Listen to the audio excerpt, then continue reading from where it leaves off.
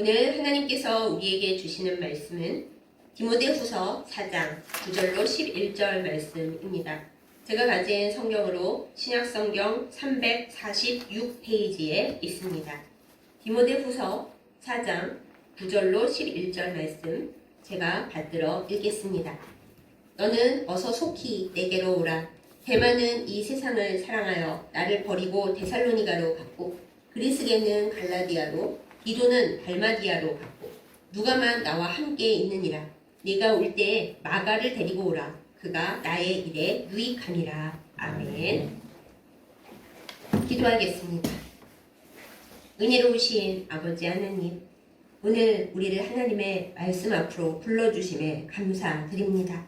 하나님의 말씀이 우리를 살게 하시고 또한 우리를 온전하게 하심을 믿고 주님 앞에 나아갑니다. 말씀의 은혜를 우리에게 부어주시옵소서. 그리하여 주님의 말씀의 능력으로 우리가 사랑하고 승리하도록 인도하여 주옵소서. 예수님의 이름으로 간절히 기도드렸사옵나이다. 아멘. 나무를 살펴보다 보면 옹이라는 것이 있습니다. 어쩌면 여러분은 옹이라는 노래를 더 잘 아실 수도 있을 텐데, 옹이의 원래 뜻은 나무 몸통, 거기에 박혀있는 가지를 뜻합니다. 그 나무 줄기에 가지가 박혀있는 게 당연하지 않습니까? 생각하실 수 있지만 이것은 비정상적으로 박혀있는 것이기 때문에 나무로서는 그 옹이가 박혀있는 것이 상당히 아플 것입니다. 그래서 보통은 나무에 박혀있는 그 어떤 가지, 그거를 뜻하는 말보다는 우리의 마음에 박혀있는, 맺혀있는 감정, 그것을 옹이라고 쓸 때가 더 많이 있습니다. 옹이는 어쩌면 잊혀지지 않는 사랑의 기억일 수도 있겠지만은 대부분의 경우에 그렇게 좋은 감정에 쓰지 않습니다. 내 마음속에 한으로 남아있는 감정, 특별히 어떤 사람에 대해서 상처를 가지고 있을 때 그 마음에 맺혀있는 감정을 옹이라고 부릅니다. 그래서 어떨 때는 굳은 살을 가리켜서 옹이라고 부르기도 하죠. 굳은 살도 부드러운 살은 아니고 가끔 나를 까칠까칠하게 하고 또 뜯어내면 아프니까 이 옹이라는 말 자체는 빼어낼 수도 없고 뜯어내자니 아프고 그렇게 더불어 살아가는데 편하지는 않은 감정의 응어리, 이렇게 이해하면 좋을 것 같습니다. 우리는 하나님께로부터 용서를 받았습니다. 그리고 주기도문을 우리가 하나님 앞에 드릴 때 항상 기도합니다. 하나님께서 우리를 용서해 주신 것처럼 우리도 나에게 잘못한 사람을 용서하도록 인도해 주옵소서. 그런데 여러분은 이 기도를 드릴 때 찔리시지 않습니까? 저는 자주 찔립니다. 하나님께서 나를 용서해 주신 거 알고 내가 늘 잘못하고 있지만 하나님께서 나를 용서하시고 불쌍히 여겨주시는 것을 압니다. 그 은혜 덕분에 우리가 목숨을 부지하고 살고 있고 이 세상의 생명이 끝날 때 하나님께 용서를 받은 덕분에 지옥으로 떨어지지 않고 하나님 나라에 갈 수 있음을 믿고 감사하고 있습니다. 그러나 이렇게 큰 사랑을 받은 우리가 그럼에도 불구하고 우리에게 잘못한 사람, 나에게 상처 준 사람, 또 나에게 뒤통수를 친 그런 아픈 그런 기억들, 그걸 우리 용서하지 못할 때가 너무 많이 있습니다. 그래서 하나님께서 나를 용서하신 것 같이 나도 나에게 잘못한 사람을 용서하게 해주세요. 기도할 때 참 마음에 과연 나는 용서를 했을까? 늘 용서하고 사는가? 하나님의 큰 용서를 받은 내가 작은 용서들을 실천하는가? 그 질문 앞에서 우리는 항상 답답해집니다. 예수님께서 말씀해 주신 예화, 비유에도 그런 것이 있지 않습니까?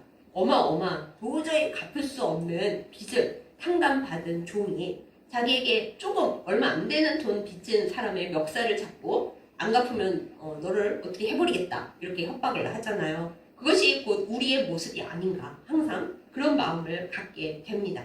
오늘 우리가 함께 나누는 말씀 속에서 우리는 사도 바울이 이런 옹이 같았던 그 관계에 대해서 그것을 풀고 오히려 그 옹이가 자신에게 아주 꼭 필요한 유익한 종제로 변화되는 모습을 보게 됩니다.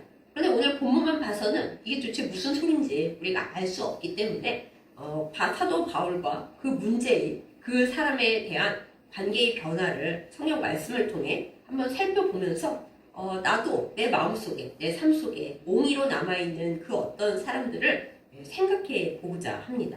사도 바울은 아시는 대로 굉장히 똑똑한 사람인데 몸도 약하고 성격도 굉장히 쉽지 않은 사람이었습니다. 게다가 매우 강직한 원칙주의자였기 때문에 잘못한 사람을 용서하는 걸 굉장히 힘들어했습니다.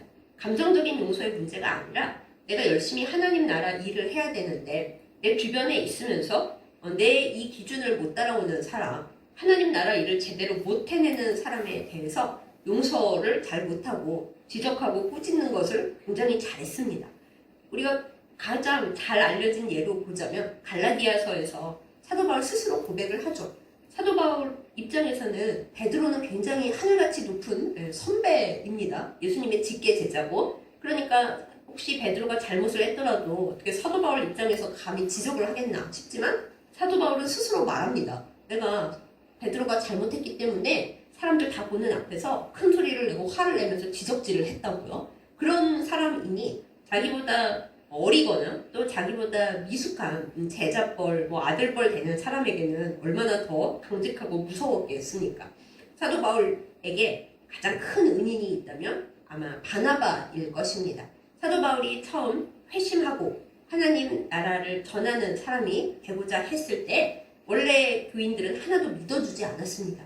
왜냐하면 모든 교인들을 핍박하던 사람이 바로 사도 바울이었고, 최초의 순교자이신 스데반 집사님이 돌아가실 때 그 옆자리에 있었던 것도 사도 바울이었기 때문입니다. 그때는 사도 바울이 아니고 이제 사울이었죠.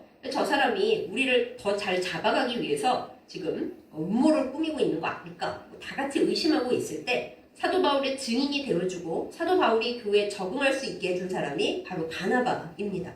이 바나바는 사도 바울이 길리기아 다소에 가서 3년 동안 꼼짝 않고 거기서 그냥 있을 때, 모든 사람들에게 잊혀져 가고 있을 때에도 사도 바울을 기억하고 찾아와서 나랑 같이 목회하자 하면서 안디옥 교회에 데리고 갔던 그런 은인 중에 은인입니다. 그리고서 둘이 전도 여행도 같이 떠납니다. 근데 둘만 떠난 게 아니라 처음 전도 여행을 떠날 때 이제 마가 요한이라고 하는 바나바의 조카를 같이 데리고 갑니다. 많이 들어본 이름이지 않으세요? 마가 요한은 마가복음을 쓴 바로 그 마가입니다. 그리고 성령 강림이 일어났던 그 마가의 다락방의 그 마가이기도 합니다. 굉장히 유명한 사람이죠. 그런데 이 마가는 사도 바울 보기에는 참 못마땅하고 답답한 어린 청년이었습니다. 마가가 굉장히 유복한 집안의 도련님이었고 공부도 많이 했기 때문에 전도 여행이 사실 얼마나 힘이 듭니까? 이 세상이 좋아진 때에도 여행을 한번 갔다 오면 다들 좋기는 좋았으나 몸이 녹초가 됐다 그러지 않으십니까? 그러니까 그 당시에 전도 여행도 아니고 사실 온갖 핍박과 압박을 당하면서 고생하면서 복음을 전하러 다니는 것이었기 때문에 너무너무 힘들었습니다. 그러다 보니 부잣집 도련님이었던 마가는 처음엔 복음을 전하겠다는 뜨거운 열정으로 외삼촌이나 존경하는 사도 바울 따라왔겠지만은 너무너무 힘이 들었던 거예요. 그래서 사도행전 13장 13절을 보면은 마가는 중간에 갔다 이렇게 써 있습니다. 갔다가 우리 한글로 보니까 그냥 중간에 갔나 보다 이렇게 느껴지지, 원래 말씀을 잘 읽다 보면은 그리스어 원어에는 단순히 갔다가 아닙니다. 자기가 해야 하는 일, 책임을 지고 있던 일을 못하겠어요 하고 책임을 내버리고 도망갔다라는 의미로 적혀 있었다라는 것입니다. 그러니 원칙주의자인 사도 바울 입장에서 얼마나 화가 나고 저런 몹쓸놈이라고 생각을 했겠어요. 그리고 그렇게 1차 전도 여행은 끝났습니다. 근데 시간이 좀 흐르고 나서 이제 2차 전도 여행을 준비하는 때가 왔습니다. 사도 바울은 이제 잘 준비를 하면서 같이 갈 사람을 의논을 하는데, 바나바는 원래 사도 바울도 잘 들었은 아주 온유하고 사람에 대한 사랑이 깊고 사람에 대해 여러 번 기회를 주는 사람 있잖아요. 거기다가 자기 조카이니까 얼마나 잘 키우고 싶겠어요, 다음 세대를. 그래서 사도 바울에게 얘기를 합니다. 지난번에 마가가 중간에 돌아가긴 했지만 그래도 다음 세대를 잘 키워야 하지 않겠나. 걔가 유약하고 그렇긴 한데 그러니까 더 잘 우리가 키우고 양육을 해야지. 이번 2차 전도 여행에도 데리고 갑시다. 이렇게 얘기를 합니다. 근데 사도 바울이 펄쩍 뛰면서 뭔 소리냐. 걔는 절대 데리고 가지 못한다. 쓸모없는 놈이다. 걔 또 데리고 갔다가 이번에 중간에 돌아가면 그럼 우린 진짜 손해다 하면서 결사 반대를 합니다. 그래서 누구하고도 싸우지 않는 바나바가 화를 내면서 사도 바울하고 엄청나게 다투었다라고 사도행전 15장 37절에서 41절 사이에 나옵니다. 결국 다투다가 이 엄청난 동반 사역자가 갈라서고 맙니다. 바나바는 마가를 데리고 부브로로 갔고 사도 바울은 그 이후로 계속 같이 다니게 된 실라를 데리고 2차 전도 여행을 떠나게 됩니다. 이 아주 훌륭한 단짝이었던 두 사람의 결별은 너무나 힘겨운 일인 거죠. 그런데 그 원인을 제공한 사람이 마가였으니 사도 바울 입장에서 얼마나 화가 났겠어요. 내가 바나바만큼 좋은 사람을 본 적이 없어서 바나바랑 늘 같이 하고 싶었는데 그 조카 녀석 때문에 우리가 싸우고 이렇게 헤어지게 되다니 참 하여튼 그놈이 문제야. 얼마나 미웠겠습니까? 그리고 이제 제가 여담을 잠깐 할게요. 이 사도 바울하고 헤어진 이래로 바나바 얘기가 성경에 거의 나오질 않습니다. 저처럼 바나바를 좋아하는 많은 사람들이 그 이후로 바나바는 어떻게 됐을까 하고 너무너무 궁금해하죠. 그리고 정경에는 들어오지 못한 외경 중에 바나바 행전이라는 것이 있어서 혹시 이게 바나바 얘기 아니야? 하고 사람들이 혹시 하는데 아닙니다. 바나바 행전은 나중에 어떤 지역에서 자기들의 권위를 높이기 위해서 엉터리로 쓴 것으로 알려져 있어요. 실제 바나바의 행적하고는 아무 상관이 없는 이야기로 아시면 됩니다. 그러면 바나바는 어떻게 됐을까 궁금한데 우리가 바나바의 행방을 조금 짐작해 볼 수 있는 구절이 신약성경에 딱 한 군데 나와 있습니다. 고린도전서 9장 6절에 보면은 사도 바울이 자기가 사도권이 있네 하면서 비판하는 사람들에 대하여 자기의 입장을 얘기하면서 9장 6절에서 이런 말을 합니다. 나와 바나바가 일하지 않을 권리가 없겠느냐. 나를 비비 꼬았기 때문에 우리가 이게 뭔 소리야 싶은데 여기 보면 그렇습니다. 예수님의 직계 제자들은 돈을 벌지 않고 헌금을 받아서 생활을 하고 사역을 했습니다. 보통 목회자들처럼 그게 예수님의 말씀이었고요. 그런데 사도 바울 경우는 직계 제자도 아니었고 또 사도 바울 성격에 내가 남들한테 구질구질하게 돈을 얻어 쓰면서 그렇게 하기는 싫다 하면서 자기 직업인 천막 만드는 일을 하면서 스스로 돈 벌어서 스스로 선교를 했어요. 그런데 그것에 대해서 이제 그건 예수님의 가르침이 아닌데 혼자 잘난 척 한다라고 떠드는 사람들이 많이 있었던가 봅니다. 그래서 이제 사도 바울이 고린도전서 9장 6절에서 나도 일하지 않을 권리는 있지만은 그렇지만 이런다라는 느낌으로 이렇게 얘기를 하는 거예요. 근데 거기 자기 이름만 얘기하지 않고 나와 바나바를 끼워 넣습니다.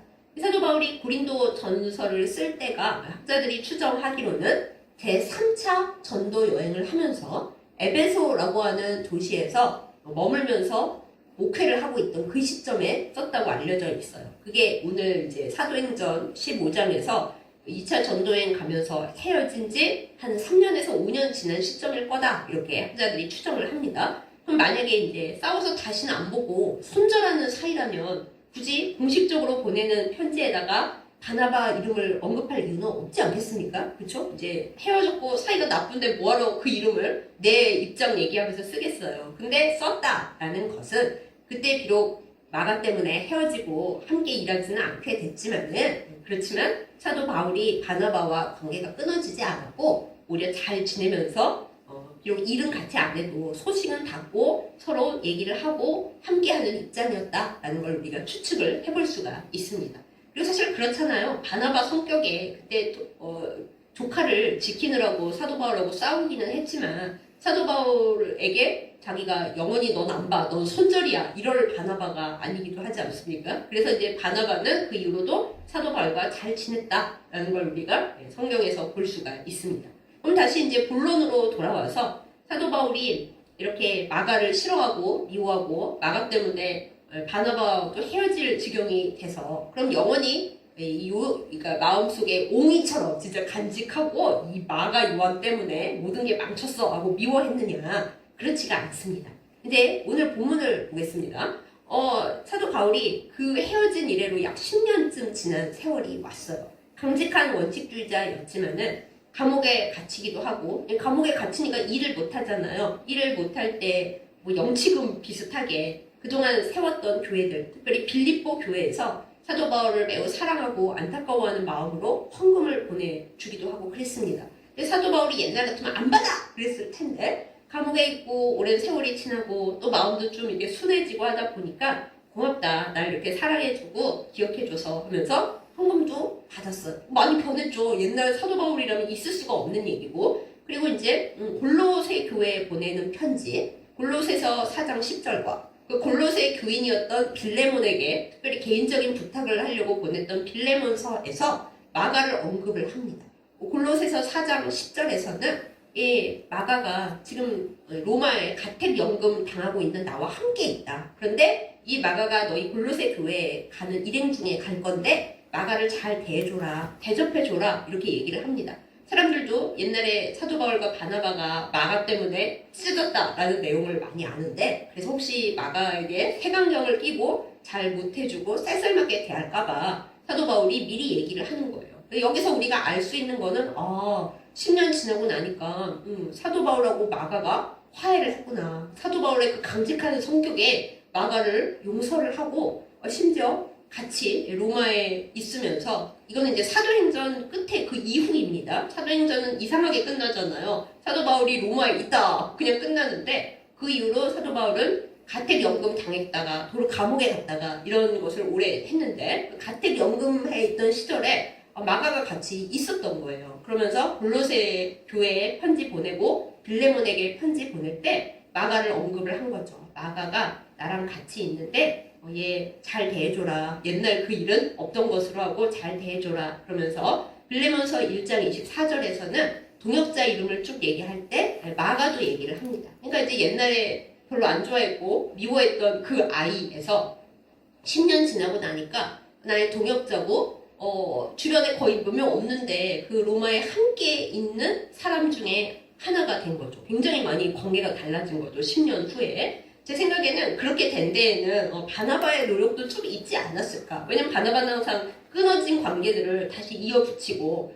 잘라져 나간 사람들을 다시 함께하게 만드는 그런 역할을 하는 사람이었기 때문에 바나바가 사도 바울과 자기 조카를 화해시키는데 많은 역할을 하지 않았을까 이런 생각을 해봅니다. 그러면 이제 오늘 본문에 사도 바울이 이번에 누구한테 편지를 쓰냐 하면은 자기 아들은 아니지만 거의 양아들과도 같은 제자이고 그리고 목회를 감당하고 있는 디모데에게 편지를 씁니다. 디모데에게 편지를 쓸 때에는 이제 아까 로마에서 가택연금을 당하고 있던 시절에서 좀 더 지나서 감옥에 갇혀있던 때입니다. 그리고 이때 사도 바울은 나는 이 감옥에서는 이제 다시는 못 나가고 여기서 순교하겠구나 하고 마음속에 어느 정도 생각을 하고 있던 때였습니다. 그리고 오늘 말씀에 보면 서글프죠. 디모데한테 말합니다. 너는 속히 나한테로 와라. 내가 언제 하늘나라 갈지 모르겠다라는 의미로. 그리고 지금 내 옆에 누가 평생에 이제 사도 바울 옆에 붙어서 주치의 노릇을 하면서 사도 바울의 그 문제 많은 건강을 챙겼던 누가복음과 사도행전의 저자 그 누가 말고는 내 옆에 아무도 없다. 나를 배반하고 떠난 사람과 또 내가 심부름 보내서 지금 현재 옆에 없는 사람들 얘기를 하면서 이 얘기를 덧붙입니다. 너 올 때 마가를 꼭 나한테 같이 데리고 와달라. 이 얘기를 하고 있어요. 이제는 동역자에서 넘어서서 내가 이제 이 세상을 떠나 하나님 나라 갈 때가 가까이 왔는데 마지막으로 꼭 봐야 할 그리고 그 다음 세대의 이 일을 꼭 맡겨야 할 그 청년, 이제 청년도 아니겠지만 그 사람으로 바뀐 거죠. 한때는 정말 미워하는 애였고 싸가지 없는 녀석이었고 제가 무슨 하나님 나라 일을 해? 하고 싫어하던 그런 녀석이었지만은 세월이 바뀌고 믿었던 사람들이 다 배신을 하고 얘는 잘할 거다 생각했던 애들은 다 세상으로 가고 이런저런 일이 일어났을 때 사도 바울은 알게 된 겁니다. 하나님께서 맺어주셨던 관계라는 건 소중하고 때로는 내 생각이 안 맞고 내 가치관에 안 맞고 별 볼 일 없어 보이는 사람도 하나님께서 맺어주셨기 때문에 필요한 사람이고 용서해야 될 사람이고 함께 가야 할 사람 심지어는 내가 못다 이룬 일을 맡겨야 하는 사람이구나 라고 마음에 확실하게 알게 된 거죠. 그래서 디모데에게 제 생각에 사도 바울이 가장 사랑하는 사람은 디모데가 아닐까 싶은데 디모데에게 부탁을 하는 겁니다. 마가를 꼭 데리고 와달라. 그가 나의 일에 유익하니라 이렇게까지 얘기를 해요. 그래서 우리는 알게 되는 거죠. 오늘 설교의 제목이 옹이 같은 그 일을인데 여러분이 그 이름을 잘못 쓴 거 아니야? 생각하실 수 있는데 아닙니다. 그 사람, 옹이 같은 그 사람 내 마음속에 맺혀있고 감정이 불편한 그 사람을 온전하게 받아들이고 옹의를 녹이고 하나님 나라의 일을 위해 함께 가야 할 그 사람으로 받아들인 걸 이제 사도 바울의 인생을 통해서 우리가 볼 수 있는 겁니다. 그러면 이게 어떻게 됐을까요? 마가가 이때 사도 바울에게 옵니다. 그리고 마가가 공부를 많이 했기 때문에 로마에서도 할 수 있는 일이 많이 있었어요. 사도 바울이 순교한 다음에 사도 요한의 제자 파피아스가 남겨놓은 기록에 의하면 사도 바울 순교 이후에는 마가가 베드로의 통역 역할을 했다 이렇게 기록되어 있습니다. 베드로는 이스라엘 사람이기 때문에 로마 말을 할 줄 몰랐던 것 같아요. 그래서 베드로가 로마에서 사역을 열심히 할 때 그 통역을 마가가 맡아서 일을 했다라는 것입니다. 그리고 여기서 끝이 아닙니다. 그때 이제 사람들이 예수님이 빨리 오실 줄 알고 복음서 기록을 하나도 안 하고 있었는데 편지들만 막 왔다 갔다 하고 있었는데 예수님이 빨리 안 오시는 거예요. 그리고 사도들은 점점 하나님 나라로 가는 거예요. 사람들이 이래서는 안 되겠다. 예수님이 하셨던 말씀과 그 일들을 기록을 해야겠다 생각을 하면서 이건 기록에 남아 있습니다. 마가에게 얘기를 합니다. 당신 주변에는 예수님의 제자들도 많았고 초기에 귀한 사역자들이 옆에 다 있었고 베드로 통역도 하고 있으니 설교도 많이 들었겠지요. 그러니까 당신이 복음서를 기록해야겠습니다. 해서 마가가 그 부탁을 받고 그렇구나 하고서 복음서 중에 최초의 복음서 마가복음을 기록하게 된 것이었어요. 그러니 여러분 만약에 사도 바울의 강직한 성격으로 끝까지 마음에 옹의를 품고 마가 그놈은 못 쓸 놈이야 하고 생각하고 그냥 버렸다. 그러면 여러분과 저는 마가복음을 읽어볼 수가 없고 3복음서로 그냥 있었을지도 모릅니다. 그러나 하나님께서 사도 바울의 마음을 변화시키시고 또한 마가 요한이 그토록 좀 모자르고 유약하고 그런 사람이었지만 고쳐 다듬어 쓰신 결과 이 아름다운 일들을 이루게 된 거죠. 제가 이렇게 성경과 여러 기록을 왔다 갔다 하면서 여러분께 설명을 드렸는데 이 순간 여러분도 마음속에 편치 않은 사람, 내가 정말 못마땅하게 여기는데 헤어질 수도 없고 그런 옹이 같은 그 일을 한번 떠올려 보시기 바랍니다. 어쩌면 그 사람이 가족과 친척 중에 있을 수도 있어요. 솔직히 안 보고 싶은 사람은 안 만나면 되죠. 다시 안 보고 손절하면 되죠. 연락 안 하면 되죠. 하지만 가족과 친척이랑 또 교회 안에 가장 가깝게 만나는 동역자들은 그럴 수도 없습니다. 싫어도 봐야 되고 미워도 다시 한 번이고 뭐 안 만난다고 관계가 끊어지는 것도 아니고 그렇기 때문에 나무에 박혀있는 옹이처럼 내 손에 박혀있는 가시처럼 그렇게 내 안에 그 이름이 끈끈하게 들러붙어 있는 그 누군가가 있습니다. 생각하지 말아야지 하지 마시고 떠오르는 그 이름을 한번 가슴속에서 불러내어 보세요. 때로는 보기 싫은 그 사람이 갑자기 꿈에 나타날 수도 있습니다. 나 그 사람 보고 싶지 않고 생각하기도 싫은데 왜 내 꿈에 나타나는 거야? 기분 나빠. 이럴 수도 있지만 그렇게 생각하지 마시고 내 마음에 편치 않은 그 사람, 내가 잘못했거나 그가 잘못했거나 혹은 우리 둘 다 서로 안 맞아서 안 봤으면 싶은 그 사람이 내 꿈에 나타난다면 어쩌면 하나님께서 이제 그만 옹의를 풀어라 그렇게 얘기하셨을 수도 있습니다. 그래서 우리가 생각을 해야 되는 겁니다. 생각이 갑자기 났거나 그 사람이 꿈에 나타났거나 혹은 그 사람이 어떻게 지내고 있다라는 얘기를 어떻게 건너로 들었을 때 오늘은 뭐가 없네 이렇게 생각하지 말고 하나님 옹이와도 같은 그 이름을 그 사람을 지금 갑자기 불러내게 된 데에는 하나님께서 저에게 그 사람에 대하여 말씀하시고자 하는 바가 있습니까? 하고 우리가 깊이 생각해야 하는 거죠. 그러면서 그 사람에 대한 안 좋은 기억을 되씹어서 옹의를 더 크게 단단하게 만들 것이 아니라 옹의를 푸는 방향으로 나아가야 하는 거죠. 왜요?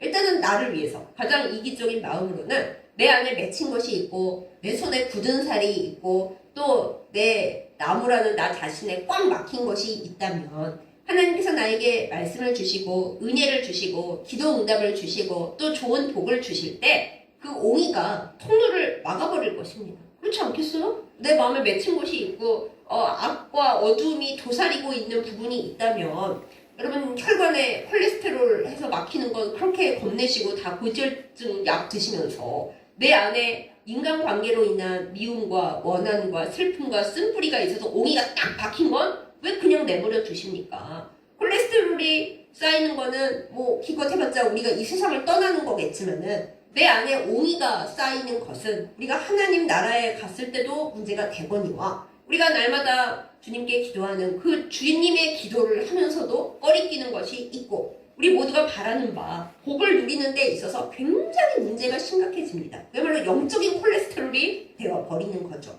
그러므로 하나님께서 내 옹이를 건드리시면서 이제 그만 좀 풀지, 그 영적인 콜레스테롤 좀 어떻게 치우면 안 될까? 라고 우리에게 사인을 보내실 때, 신호를 보내실 때 우리가 하나님 생각하고 싶지도 않습니다 이럴 것이 아니라 주님이 이 영적인 고지혈증을 해결 보라고 하시는구나 하고 정말 싫지만 정말 어렵지만 앉아서 하나님 앞에 기도를 해야 하겠습니다. 그때 정말 기도가 안 나온다면 주기도문에 그 구절을 하는 거죠. 주님께서 저를 용서해 주셨는데 저는 용서가 안 됩니다. 주님이 저를 용서해 주신 것 같이 저에게 잘못한 사람, 저를 서운하게 한 사람, 제 뒤통수 친 사람, 인간이 어찌 나한테 이럴 수가 있나? 배신을 때린 그 사람을 주님께서 주신 용서의 능력으로 용서하게 해주십시오. 그리하여 나에게 주신 그 용서의 효력이 내 삶에서 나타나게 해주시고 영적인 콜레스테롤이 빠져서 이 나의 모든 삶이 주님의 은혜로 확확 잘 돌아가고 그리고 주님이 주시는 복의 통로가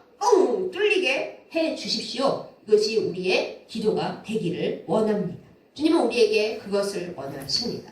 옹이 같은 그 일을 한 명이면 좋겠지만 그 이들을 그 이름들을 우리가 기억하면서 이제 한 해가 다 저물어가는 이때에 해 넘기지 말고 올해 다 용서하고 옹이를 풀고 끝내는 우리가 되기를 예수님의 이름으로 축복합니다.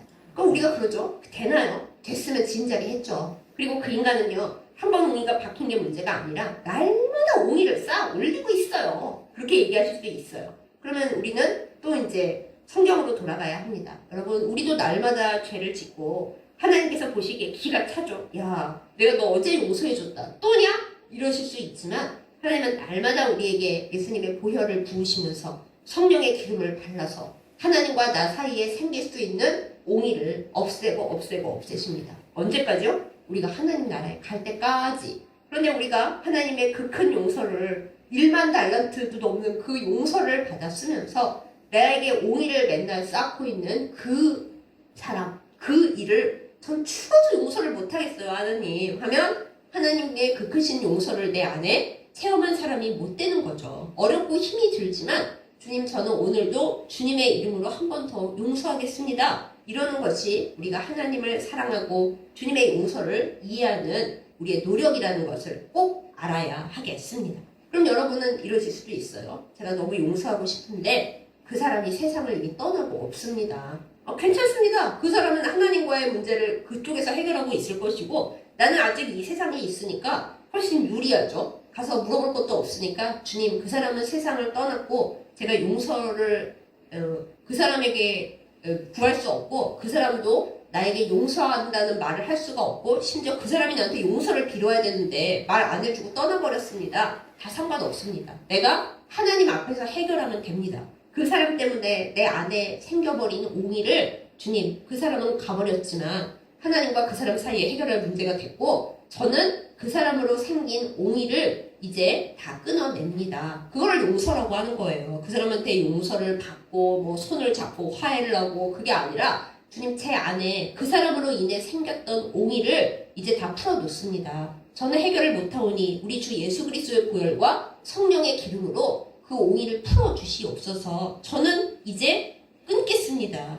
용서하고 끝내겠습니다. 이렇게 얘기할 때 그것이 우리에게 회개이며 또한 옹이를 없애는 일이 됩니다. 그럼 또 여러분께서 이러실 거예요. 차라리 죽었으면 쉽게요. 그 자는 내 용서를 받을 자격이 없어요. 후회하지도 않고요. 지가 잘났다고 아직도 뻔뻔하고요. 아니 왜 제가 용서를 해야 되는지 이유를 모르겠어요. 이유? 딱 한 가지밖에 없습니다. 하나님이 나를 용서하셨기 때문에 그리고 나에게 야 내가 너에게 복 주려고 하는데 네가 걔 용서 못하고 있어서 옹이가 꽉 박혀가지고 복의 통로가 안 뚫린다 야 그러시기 때문에 그것 때문에 우리는 옹이를 없애고자 그 사람을 용서하는 겁니다. 용서한다고 뭐 얼굴 보고 만나고 뭐 톡을 보내고 커뮤니케이션 하고 그러지 않아도 괜찮아요. 그냥 내 안에서 그 사람 이름을 떠올렸을 때 속이 뒤집히고 눈앞이 막 시뻘개지고 막 토할 것 같고 그런 상태만 없어지면 됩니다. 뜻대로 안 되는데요. 안 되죠. 그래서 그 이름이 떠오를 때마다 어디서 그 사람 얘기를 들을 때마다 주여 저 이름을 들을 때 또 제 속이 뒤집힙니다. 아직 옹이가 안 끝났습니다. 또 한 번 예수 그리스도의 보혈과 성령의 기름을 지금 붓사오니 주여 저 이름 들을 때 제가 아무렇지도 않게 해주시고 아휴 주님 앞에서 보면 불쌍한 사람이지 그 생각만 하게 해주십시오. 저는 옹이 같은 그 일을 또 한 번 놓습니다. 이렇게 할 때 그 사람이야 어찌되든 무슨 상관이에요. 나와 하나님 문제가 깨끗해지면 복은 나와 내 주변 사람들이 받는 거죠. 그 일을 이루는 우리 일을 예수님의 이름으로 축복합니다. 그리고 이제 또 이런 경우도 있어요. 저는 그 사람과 잘 지내고 싶은데 그 사람이 저를 안 만나주는 데다가 그리고 꼭 해결을 해야 합니까? 그리고 그럴 가치가 있나요? 그 사람한테 용서를 받을 가치가 없어요. 가치? 그건 하나님께서 아시는 거고요. 계속 말씀드리는 거지만 이건 나를 위해 하는 겁니다. 내 주변 사람들을 위해서 하는 겁니다. 내가 받아 누려야 할 복을 못 받게 그 옹이가 나를 꽉 막고 있기 때문에 영적 콜레스테롤이 쌓여서 내 혈관이 막히고 내 영이 막히고 내가 받아야 할 복, 내가 해야 할 일들을 다 못 받고 못하고 있기 때문에 나 자신을 위해서 그 옹이를 놓는 겁니다. 그 사람은 어떻게 되든 우리가 생각할 필요가 없어요. 만나서 화해하고 끌어안고 친하게 지내면 제일 좋겠지만은 거기까지 못 가도 우리가 용서했다라는 사실에는 변함이 없습니다. 그리고 용서를 딱 한 번 해서 해결이 되면 좋습니다만 안 되잖아요. 그 깊은 옹이가 어떻게 금방 빠지겠어요. 그래서 490번에 더 하더라도 생각날 때보다 하나님 이 옹이가 아직도 안 풀렸는데 저는 또 한 번 이것을 깎아내려고 합니다. 주님 도와주세요. 보혈과 성령의 기름 또 부어주세요. 하고 할 때마다 그때마다 나에게 주신 하나님의 용서의 효력이 점점 더 높아집니다. 고지혈증약 참겨 드시고 계신 여러분, 우리의 마음속에 있는 영적인 고지혈, 우리를 막고 있는 내 안에 있는 깊은 옹이, 그래서 나를 찌르고 내 주변 사람들까지 같이 찌르고 있는 그 옹이를, 그 옹이 같은 그 사람들, 그 이들을 청산하는 우리가 되기를 예수님의 이름으로 축복합니다. 올해가 가고 있습니다. 우리가 이것을 해결하고 가야겠습니다. 그래서 내년에는 나의 옹이들을 싹 청산하고 혹시 조금 남아있더라도 우리가 많이 갈아엎었으면 고지혈이 녹으면 좀 낫듯이 우리의 삶도 나아지겠죠. 우리의 영혼도 나아지겠죠. 그러면 하나님께서 주시는 복은 점점 더 많이 들어오고 콸콸콸 들어올 수 있겠죠. 내가 옹이를 없앴으니까. 그리하여 그 복을 받는 우리이기를 예수님의 이름으로 축복합니다. 사도 바울과 마가 요한은 이 일을 이루었습니다. 우리가 사도 바울 입장만 계속 봤는데 솔직히 마가도 얼마나 서운했겠어요. 내가 좀 어리고 좀 모자라도 우리 삼촌 바나바는 나를 용서해주고 끌어주고 너 그러면 안 돼 하고 타일러 주는데 저 사도 바울 저 양반은 뭐 자기는 옛날에 죄인 중에 죄수였고 뭐 편지 쓸 때 보면 나는 날마다 죽노라 쓰더니 나한테는 어쩜 이렇게 모질까. 참 사람 그렇다. 마음에 맺힐 수 있잖아요. 특히 어린데 그리고 도련님이었는데 하고 사도 바울처럼 다시는 보고 싶지 않습니다. 뭐 그 사람이 저 필요로 한다고요? 다 필요 없어요. 이럴 수도 있지만 그렇게 하지 않았습니다. 자기의 어렵고 철없었고 그랬던 거를 이제 자기도 뉘우치고 그때 사도 바울이 그렇게 했던 것을 마음에 두지 않고 있었겠지만 없애고 사도 바울이 자기를 찾을 때 사도 바울 곁에 누가 말고는 아무도 없을 때 자기가 가서 같이 있고 가택연금 상태일 때도 같이 있고 감옥에 있을 때도 같이 있고 그리고서는 사도 바울이 뭔 부탁을 했는지 우리는 알 수는 없지만 하여튼 마가에게 부탁한 하나님 나라의 사역의 일들을 잘 감당했어요. 그랬기 때문에 마가도 성경에 남는 마가복음의 저자 그리고 바울과 베드로를 동시에 다 지켜고 그 모든 일을 감당한 로마의 위대한 그 마가가 될 수 있었던 것이죠. 사랑하는 여러분, 우리가 우리 안에 옹이를 청산한다면 하나님께서 우리에게 우리가 생각지도 못했던 더 놀라운 은혜를 부으실 것입니다. 이것을 믿음으로 고백하고 나는 거 해결 못한다 그러지 마시고 해결 보는 우리이기를 내 힘으로는 해결이 안 되지만 주님의 이름으로 주님의 능력으로 성령의 도우심으로 해결 보는 우리이기를 예수님의 이름으로 축복합니다. 그래서 내년에는 모든 옹이가 사라지고 주님께서 주시는 복과 은혜만 철철철 우리의 삶에 흘러가고 우리의 주변 사람들에게도 흘러가는 그런 우리이기를 예수님의 이름으로 축복합니다. 아멘. 기도하겠습니다. 하나님 아버지, 이 해가 거의 저물어가는 이때에 우리가 살면서 우리의 몸과 마음에 쌓였던 모든 죄와 악을 청산하기를 원합니다.